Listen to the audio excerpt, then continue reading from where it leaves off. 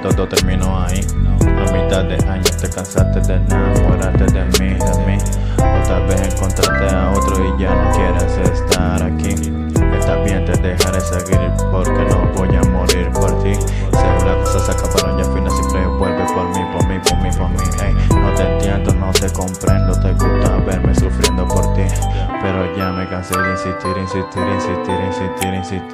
Este asunto le voy a poner fin. Estoy tranquilo, ahora quiero estar feliz. Ey, me dijeron que tienes novio ahora, andan por allí.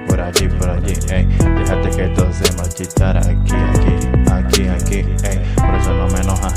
Lo que me enoja es que no me añadí yo de frente a la cosa. Lo peor es que al final, ey, el bastardo te cambió por otra. Ey, no me jodas. Mira cómo el karma viene. Tú ahora quieres volver de nuevo a intentar. Ey, esta mierda se acabó ya.